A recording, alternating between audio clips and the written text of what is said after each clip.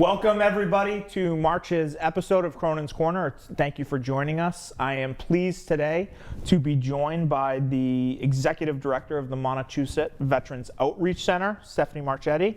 And we're going to talk about MVOC, its mission, its services, how it serves the region, ways to get involved, and a whole lot more. So Stephanie, thanks for joining today and welcome. Yeah, thanks for having me. I'm happy to be here. Awesome. So could you just introduce people at home to who you are and how you came to MVOC? Sure. So my name is Stephanie Marchetti. I'm originally from Revere, but I moved out this way because I went to college at Fitchburg State. So I have both my bachelor's and master's from Fitchburg State and kind of just stayed in the area. Proud Falcon. Double Go Falcon. Falcons. Secretary of the Alumni Board of Directors too, so super proud Falcon. And I spent about 12 years actually working in public higher education before moving to where I am now. So a few years working at Fitchburg State and then about a decade at Montachusett Community College in a variety of roles, and particularly working with veteran students at the Mount as well. So while at the Mount, I was asked to join the board of directors at MVOC, served on the board of directors for about a year and a half, and then the executive director position opened up, and I was really happy to be considered for it. So I've been at MVOC for, I think, about 9-10 months now. And then they just pulled you right in, yeah. right? They said, very good. So can you, for people who aren't familiar with MVOC, can you talk about where it is and what the mission is? Sure. So Montachusett Veterans Outreach Center is a private nonprofit organization that is headquartered in Gardner, Mass, and serves veterans throughout north central Massachusetts. And we really try hard to be a one-stop shop for whatever our veterans need. So we have transportation for medical appointments to our veterans, a food and clothing pantry, benefits advisement. So if your VSO in your town, can't do what you need or doesn't have the capacity to, you can come see us for benefits advisement. And what's a VSO for people who aren't familiar with VSOs? Sure. So every city in town nationally has a veteran service officer who is a veteran that can help you get like Chapter 115 benefits, service connections, all of the benefits you earn during your time in the service. Some towns combine them, so one office, like for example in Gardner, the VSO serves 3 or 4 towns now, but you all have your own individual who can help you, but it's an overwhelming process, and sometimes there's stuff they can't cover, so our benefits counselor can also help you get like SNAP benefits, or regular unemployment benefits, or whatever the case may be. So benefits counseling is by far one of the most popular services that we offer. We also have mental health counseling. We have 2 licensed mental health counselors on staff. And then what we're most well known for is our housing programs. So right now we have about 20 independent apartments. They're a mix of studios, 1 bedrooms and 2 bedrooms throughout Gardner and Winchendon. We have 2 permanent supportive housing facilities, one for male veterans and one for female veterans. And those are permanent supportive, kind of means like group living. So you have your own bedroom, but you share a kitchen and living room and amenities with the other folks in the house. What is unique about our housing for permanent supportive is our male veteran home houses veterans of all discharge statuses. So even if you did not get an honorable discharge, you're eligible to live there, which isn't the case everywhere. Right. We also house reservists that have not had federal activation. So there's this whole slew of veterans who signed up to be in the reserves and were never deployed overseas and just don't have access to the same benefits as others. So we'll house them as well. Yep. And then in our female veterans home, we will also house family members of veterans. So a widowed spouse or a child of a veteran can live in that home as well. So it kind of is a family service there. And then finally, we have a transitional housing program. It's called GPD. They exist nationally as well. And it's a 2-year transitional living program. A lot of those veterans come from us straight out of substance recovery programs. If they're getting divorced and just kind of need a temporary place to stay while they look for something permanent, there's a variety of reasons. And they can stay there for up to 2 years. One of the reasons I think MVOC is so special is because what you said, it's got a very wide gate, right? And I worked in veteran services for about a year after I got out of the Army, and what I found was the people that need the most services aren't the people with the most access to them, right? And I think a lot of people don't know, but if you got in trouble perhaps in the service and you were discharged with something less than an honorable, you have different levels of access to mental health care, physical health care, education benefits, housing, you name it. And there's an incredible scope of benefits. How many people does MVOC see come through its doors who are part of this population? Oh, for sure. The majority of our veterans are those who can't receive services elsewhere. So those with a discharge that isn't honorable or other than honorable, there's a few other tiers below it, make up the large amount of it. We originally opened as a Vietnam era veterans center. Actually, here in Fitchburg was our original location. So we serve an older population of veterans who don't know how to navigate the nuances of newer systems, who aren't logging online to look at stuff. It's digital, it's hard to navigate, Yeah. right? Yeah. And then our Unity House, which is the group home, is largely, reservists who have no other benefits provided to them, so they can live with us, and their cost of living is 30% of whatever their income is. So if their income is $50 a month, then they're paying like $15 to live with us, or whatever the case may be. Right. So I would say the large majority of who we serve is those who cannot get services elsewhere. That's really our focus. And I think what's nice is my background in community colleges, that access and equity for everybody belief translates really nicely into helping that group. And I just have one story that sticks with me, which I think speaks to why MVOC has such a special place and there's such a critical need for it in the state in terms of delivering services to veterans. But I served with a kid who, on patrol in Afghanistan, got blown up, received a Purple Heart, got a traumatic brain injury, and was a great troop, right? Never got in trouble, did everything he was asked, came back and dealing with the trauma of what he had experienced, started to act up, right? And it manifested itself in different ways. And this is a 19 or 20-year-old kid, but shoplifting, we failed the drug test for marijuana, and that was it, right? And he, kid with a Purple Heart, a kid who served honorably in combat, who came back 20 years old, was unable to meet the very high standards that the military expects, left the service with not only not access to the GI Bill and mental and physical health care, but kind of like a scarlet letter, right? Because you on your last day in the service, you get a DD-214. It says your discharge status, and every employer you're ever going to go to for the, most likely for the rest of your life is going to want to see a DD-214. So it's really unjust when you think about it, that these people are hurt. So it's just such a critical service, and just there are more services in MVOC than that same person, that same kid that I served with walking into the VA. Yeah, and I would say to that note, our benefits counselor is excellent at discharge upgrades. Right. I mean, she's gotten Marines discharge upgrades, which are notably like the most difficult one. One of our residents, just a couple weeks ago, she had been living in the woods for 6 years. She was discharged with a poor discharge status because she had trauma in the military that caused her to need to leave. And she was really upset about it. Didn't feel like a real veteran because she didn't have that. Right. And after a couple years, because it takes time, she's now an honorable discharge. And her whole life has changed because of that discharge upgrade, because there's all sorts of services and benefits and housing vouchers. So to be able to help those who either need the discharge status or just can't get it is crucial, because they signed up to volunteer for the military, whether they were mentally capable of doing it or not, right? They made the commitment to volunteer, so we should make the commitment to help them.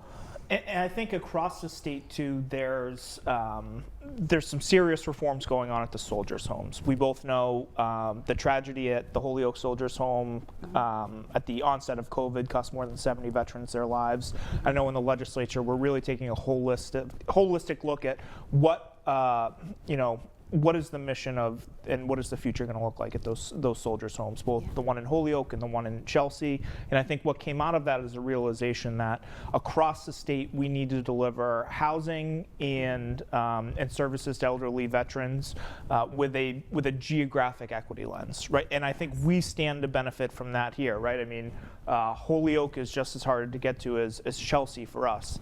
But can you talk about MVOC's role and the future projects that we're working on to increase housing availability for veterans? Yeah, for sure. So all of the housing that I mentioned comes to about 50 units, which isn't a ton in this Right. area. So we are very fortunately in our second year of pre-development for a housing expansion project, which is going to be awesome.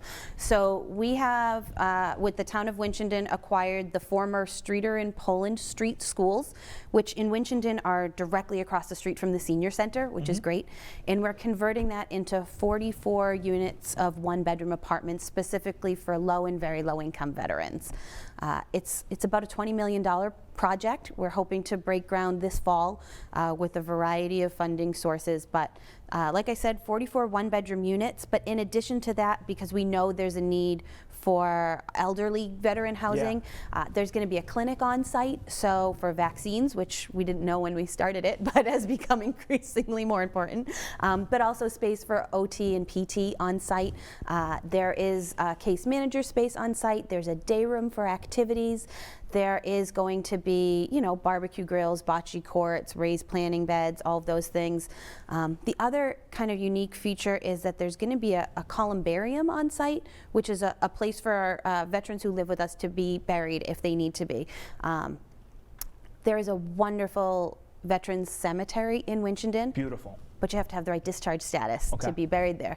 And so you can be buried with us at little to no cost if you're a resident, which is really important because when you think of the population of folks with low to very low income, that's what they need. So it is a place where you can be for as long as you want, independently, which is really nice because our congregate homes are great and they're great for the right fit. But if you want to live independently, you don't want 12 roommates. Right.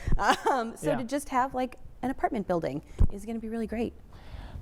It's such a complex space to work in, I think, because there's local benefits, state benefits, federal benefits, and they apply differently to different populations from different eras with different discharge statuses. Yeah. How do you deliver services to a diverse population and then just make it simple for somebody who walks through your doors to really navigate a very complex ecosystem of services that are available? It is, you're right, so complex. I mean, I thought just the educational benefits when I was in that sector were What's going on? complicated. Yeah, GI Bill, voc rehab. Right, Yeah. there's tons, but then you open it up to all services, and it is really a roller coaster. And one of the ways I would say that we prepare for it is, one, we employ a lot of veterans, and Right. so they know how to navigate the system, which is great. And two, a lot of our employees have been with the organization for a really long time in various roles, so they know how to Become an navigate it expert. now. Right. And the second is, or the third way is that even though we're a private nonprofit, we have a variety of grant funding from the VA, the Veterans Administration, and those really clearly dictate rules for us as well. So we have a lot of support both statewide and nationally from the Veterans Administrations, and then just a great depth of knowledge in the staff. I'm really fortunate to have the fantastic staff that I do. So we've talked about kind of the scope of services in terms of housing, connecting to mental health counseling. Yeah. What about just the sense of community among the veterans community that you built at MVOC? Can you speak to that and how that manifests itself in different programs? Absolutely, that's my favorite part about what we do. So, you know, it's great to have all of the stuff you need, but there's way more to life than the stuff you need. Right. There's fun. So we do those things too. And really nicely coming out of COVID, we're planning a lot of great stuff. So we do a once monthly veterans coffee hour, light breakfast, come in and just chat with us, which is great. Beginning in April, when the weather turns, we will have hiking programs and walking programs. So we're partnered with both North Quabbin Trails Association and North County Land Trust, and we do accessible, low impact walking and hikes. Get those steps in, vets. Just get walk those it. steps in. And if you can't walk it, we have wheelchairs that can traverse the land for you too. So just be outside with us. The weekday hikes are specifically planned to be on the half days for our local schools, so you can take your kids too. So coffee hour, breakfast, walking and hiking programs. We're partnered with the Mount now to offer free enrichment courses for veterans. We just did a basic intro to computer classes. And then up next, we're going to do a fly tie fishing class with a fishing trip connected to it. We have a healthy cooking for non-chefs, so how to make more than what you can heat up in the microwave, and a woodworking course, so they can build like keepsake boxes and small furniture as well. So all of those are in the works, and then we'll kind of just keep keep going with it. We do a great big 4th of July barbecue for our veterans every year, and kind of just get out in the community and do stuff. Gotcha. So our website has all our events on it, but I also post on there events from all of the veterans organizations across the state. So if you're looking for fun stuff to do, the events calendar on our website has ours, has Clear Path for veteran stuff, has home bases stuff, because there's a lot of veterans organizations that do really fun stuff. Yeah, absolutely.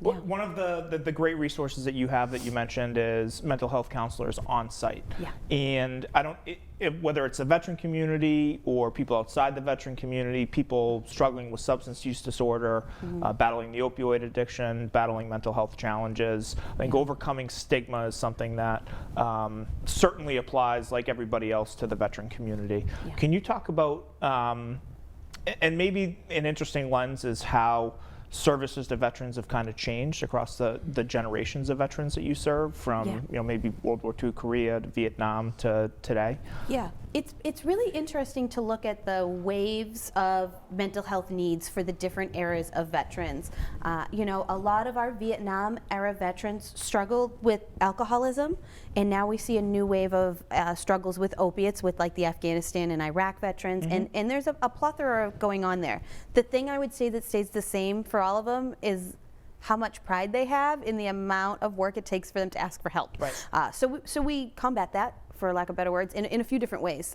One is having licensed mental health counselors on staff that participate in all the fun activities. So you can come in and get to know them and work with the person that lines up best with you. And build kind of a relationship before you go down and you sit down and say, I need help. Exactly, right? Yeah. exactly. One of the things we see a lot is someone will come to us when they're in crisis and they need a quick fix. I would say, come to us long before you're in crisis. Come to us when you're doing great, and get to know who we are, so that when you are in trouble, you've already established a relationship that allows you to more easily ask for help. Right. And we have 2 great counselors on staff, one of it which starts probably by the time this airs, he starts March 1st. We have one longtime counselor named Charlene. She's fantastic. Her focus is substance abuse. She has a long history in working in treatment facilities and things like that. And then our new counselor, or clinical director rather, who's coming on board, Dr. David Duran, is an Afghanistan Army veteran. He's a Purple Heart recipient as well.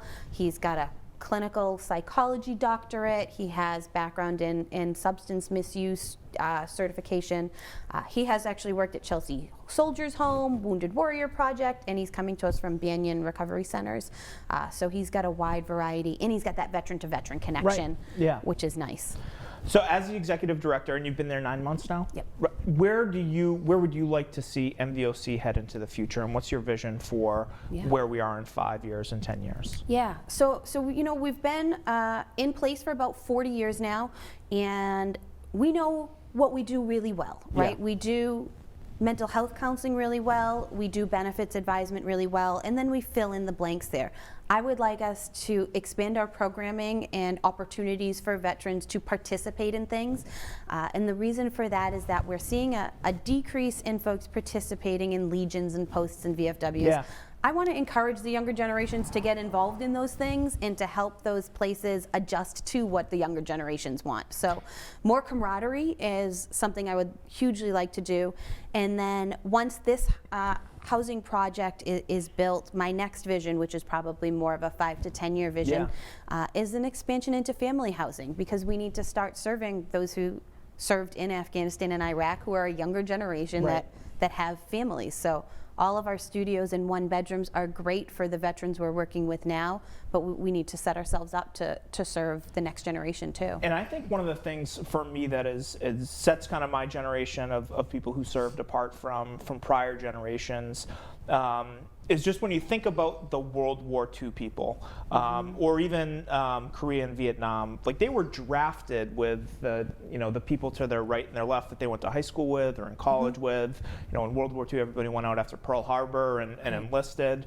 And there was also, those World War II ended, right? Whether you were in the European theater or when you were in the Pacific, everybody kind of came home at the same time too. That was different for Vietnam, right? And I think what was so hard for Vietnam veterans is, there's no parade, right? There's no VE Day or VJ Day, and then they kind of came home by themselves. And so I think maybe that's one reason that those American Legion and VFWs that were so strong and such vibrant civic organizations for those World War II veterans, haven't been able to, or just have transformed and changed and are different right now for Vietnam veterans or people like myself who, served in the post 9/11 era. Which I just think is interesting. It is. I mean, everybody, so I was in high school when 9/11 came, so all of my friends started signing up, right?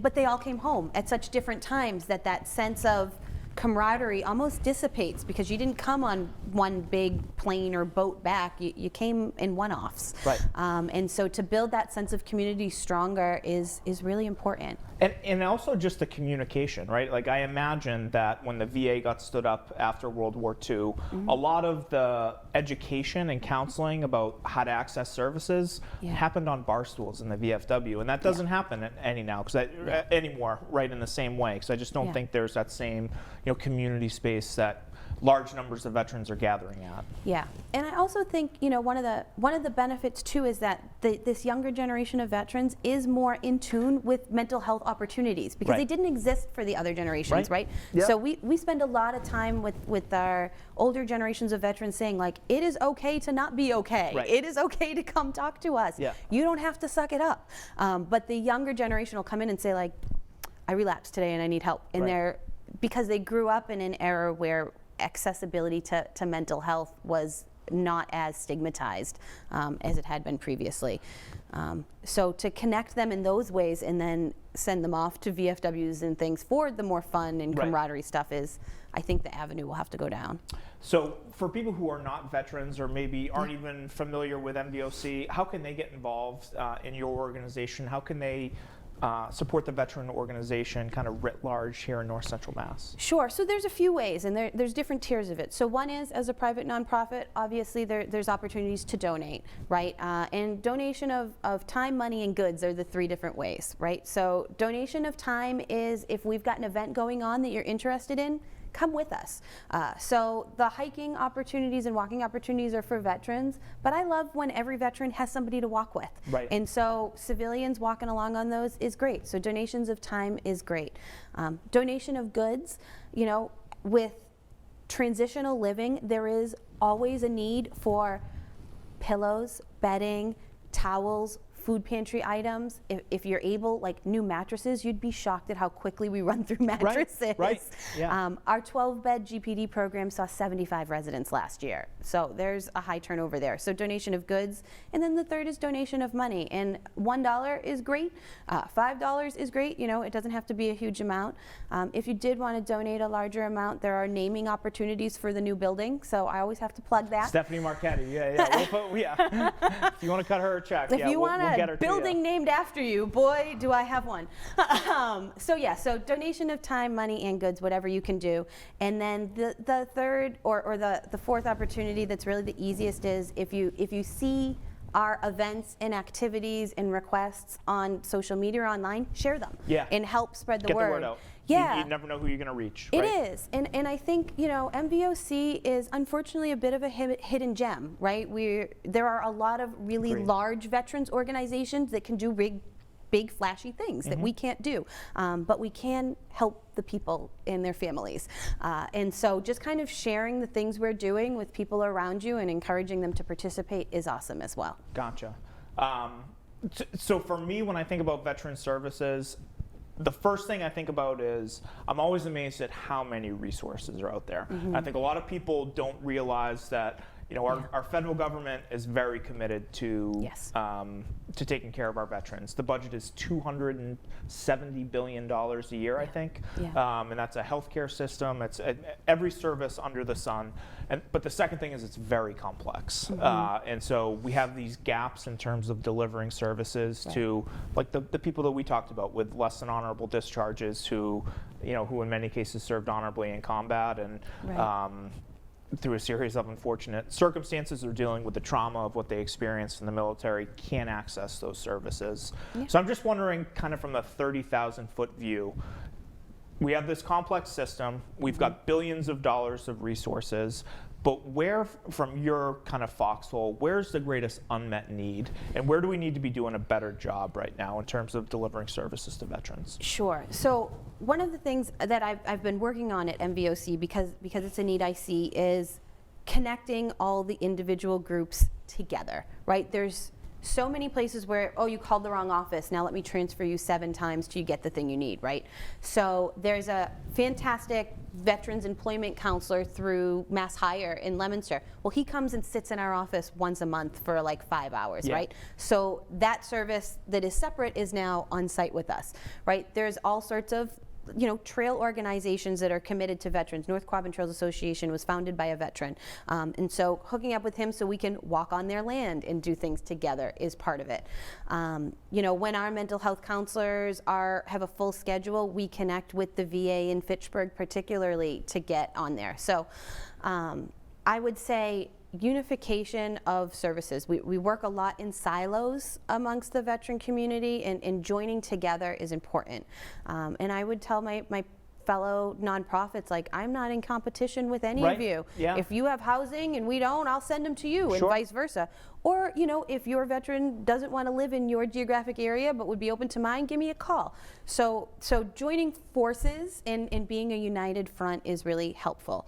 The more organizations can work together or just create those pathways to work together is important. Because I don't see it simplifying, right? Frankly, Right. like to simplify a 50-year of government history into a streamlined service is going to take a long time. Right. And so all of us just connecting and working together better, I think, makes the difference. And you've got this paradox of more resources, but that's more programs and more red Yeah. tape and more bureaucracy. Exactly. So people like you who are the glue that bring it all together, thank you very much. Yeah, I appreciate it. Thank you. What is the best part of working at MVOC? Oh. What's your favorite part of the job? I love housing people a lot. So, for example, yesterday, I had a woman come in and she had found a veteran who was displaced. He had a longtime partner passed away, and they were living in her home. He had to be removed, so he was in a hotel.